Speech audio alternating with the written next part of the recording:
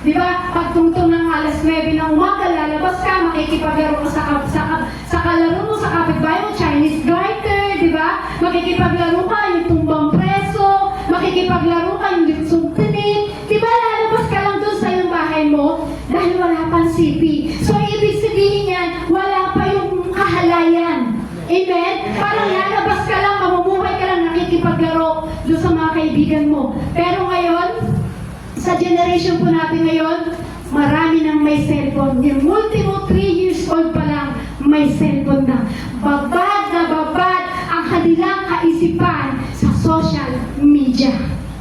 Amen? So, ang hirap lumakad pagdating sa kabanalan. May challenges talaga. May laban pagdating sa kabanalan. Sabi nga po sa 2 Timothy chapter 3 verse 1 to 5, dapat mo malaman na sa mga huling araw ay darating ang mga panahon ng kabuluhan, sapagkat ang mga tao ay magiging maibigin sa sarili, maibigin sa salapi, palalo, mapagmataas, mapagsamantala, suwain sa magulang, walang utang na loob at napastangan sa Diyos.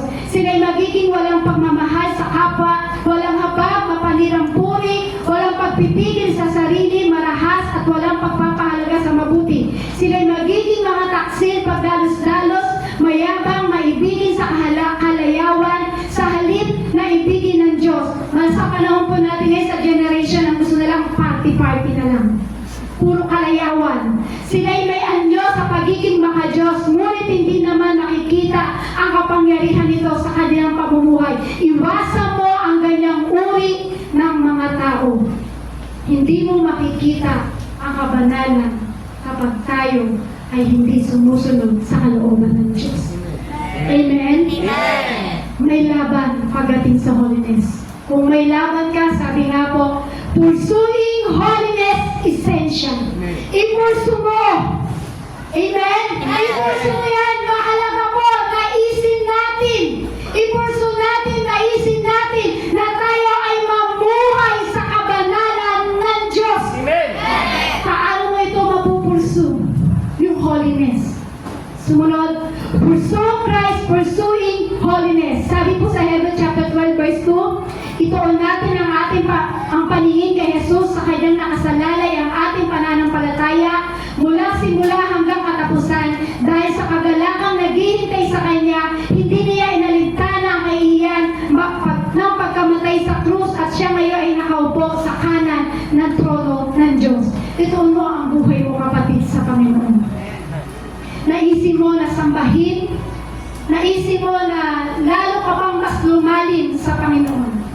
Ipurso mo, naisin mo na makalakad ka sa kabanalan ng Diyos. Sumunod, pursuing holiness demands determination. May determination pagdating sa holiness. Sabi nga po sa Roma chapter 12 verse 1, kaya nga mga kapatid, alang-alang sa masaganang habag ng Diyos sa atin, ako'y nakikiusap sa inyo na iaalay ninyo ang inyong sarili bilang isang handog na buhay, banal at kalugod-lugod sa Diyos. Ito ang karapat-dapat na pagsamba ninyo sa Diyos. Magkaroon ka ng determination, kapatid. Ipurso mo yan sa buhay mo. Dapat may determination ka pagdating sa Lord. Yan ang gusto ng Panginoon. Yung makasunod tayo sa Kanya. Amen. Amen? Amen. Yung makagawa ka ng may kabanalan sa Diyos. Minsan nga po, di ba, makagawa mong tayo ng kasalanan. Di ba, minsan nakukumbit ka. Yung makagawa ka ng kasalanan, di ba, nakukumbit ka na bakit ko ba ginawa yun? Sino po yung naka-experience po nyo? Lahat po tayo, amen? Na ako nga po may nagawa ko, chismis. Na ako ba nang may nagawang kasalanan sa buhay ko? Talagang, iyak talaga ako ng todo. Sabi ko, Lord, bakit ko nagawa yun? Bakit ko nagawa yung bagay na to? Lord, gusto ko, ipulso ko, Lord. Naisin ko, Lord, na muli akong makasunod sa kabanalan mo. Lahat po tayo may nagawang pagkakasala. Lahat tayo may hinanakit. Lahat tayo may galit sa puso. Kaya kung bakit yung kabanalan ay nawawala. Sana na, kapatid, may nagawa mo tayong kasalanan, pero merong makakumpit sa atin. Amen? Amen. Amen po? Amen. So, kailangan may determination tayo pagdating sa Lord na makasunod po tayo sa Kanya. Nakagawa ka man ng kasalanan, nakukumbi ka naman pagdating sa harapan ng Diyos. Tama po ba? Amen. Isasabihin mo, bakit ko ba nagawa yung bagay na yun? Kasi bakit? May determination ka na kung bakit nakukumbit ka. Amen. Sumunod. Pursuing holiness is the fear of God. Sabi ko 2 Corinthians chapter 7 verse 1, mga minamahal, yamang ipinangako sa atin ang mga bagay na ito, alisin na natin ang ating sarili, ang lahat ng ulitin ko po, mga minamahal, yamang ipinangako sa atin ang mga bagay na ito, alisin na natin sa ating sarili ang lahat na nagpaparumi sa ating katawan at sa ating espiritu. Sikapin nating mamuhay ng may ganap na kabanalan at paggalang sa Diyos. Ipurso mo yung holiness pagdating sa Lord. Magkaroon ka ng takot sa mga bagay na ginagawa sa mundong ito. Sapagat may pangako ang Diyos sa atin. Naisip mo kapatid, kasi alam niyo po ang kaaway, seryoso siya. Pinupurso ng kaaway, ninanais ng kaaway na ikaw ay malaglag at mawala sa kabanalan ng ating Panginoong Jesucristo. Ang kaaway si Satan, seryoso. Seryoso na agawin ka sa Diyos. Ang Diablo, seryoso na agawin ka sa kabanalan ng Diyos. Seryoso ang demonyo para ipalakad ang kamunduhan sa mundong ito. Seryoso sa iyo kapatid ang demonyo. Kaya dapat maging seryoso ka at naisip mo ang paglakad sa kalooban ng Diyos. Bakit? Seryoso ang demonyo sa iyo para ikaw ay tanggalin sa kabanalan. Kapag seryoso ka at pinurso mo ang holiness, dapat ganito ka ni. In pursuing holiness, we must engage in active Christian fellowship. Active ka na sa mga fellowship pagdating sa Lord. Ipurso mo ang holiness. Yan yung holiness na gumagawa ka pagdating sa gawain ng ating Panginoon Jesus. Nakikipag-fellowship ka na pagdating sa ating gawain ng ating Panginoong Jesus. Sabi po dyan, pursuing holiness means to dedicate oneself for God's glory. To be holy means that we are set apart for honorable use.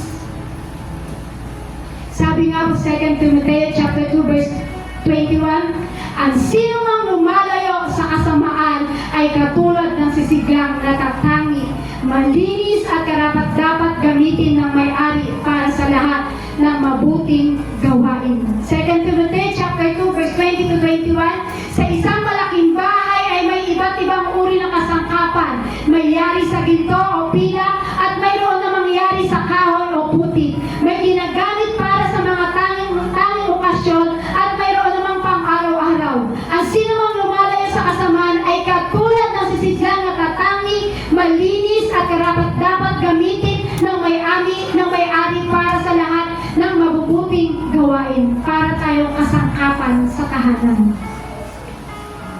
Pwede pang araw-araw, pwede pang okasyon, pero alam niyo po, kailangan tayo po ay lumalakad sa kalooban ng Diyos. Amen. Lumalakad sa kabanalan ng Diyos. Sabi po dyan, holiness is not optional for a Christian. Hindi siya optional. Amen. Sabihin mo sa katabi mo, hindi siya optional. Hindi siya optional. Sabi nga po sa Hebreo chapter 12 verse 14, sikapin ninyong makasundo ang lahat at magpakabanal sapagkat hindi ninyo makikita ang Panginoon kung hindi kayo mamumuhay ng ganito.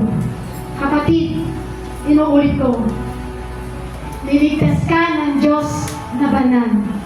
So dapat makita sa atin na tayo ay lumalakad sa kabanalan. Amen? Amen. Mahirap man, may laban man pagdating sa pagiging holiness. Pero bakit kailangan natin na lumaban? Kasi merong Diyos na nagligtas sa atin ng punong-puno ng kabanalan. Dahil niligtas ka ng Diyos na punong-puno ng kabanalan, idadaloy sa atin ang holiness ng Diyos. Yun lamang kung nanaisin mo, ipupurso mo yung mga bagay pagdating sa holiness. Tayo po'y tumayo at tayo po'y magpasalamat sa ating Panginoon Jesus.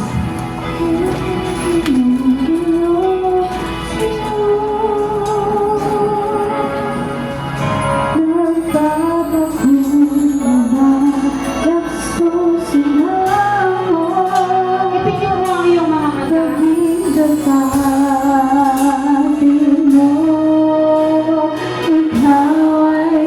mo yung mga mata. At sabihin mo, Lord, naiulit lumakan sa kalooban mo.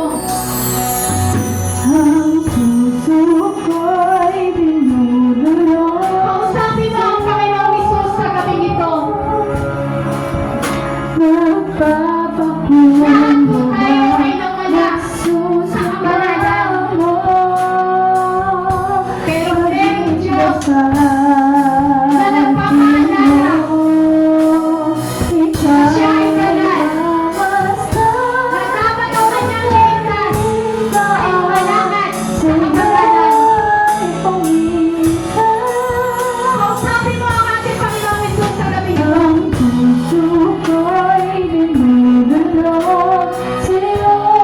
Yes, Lord.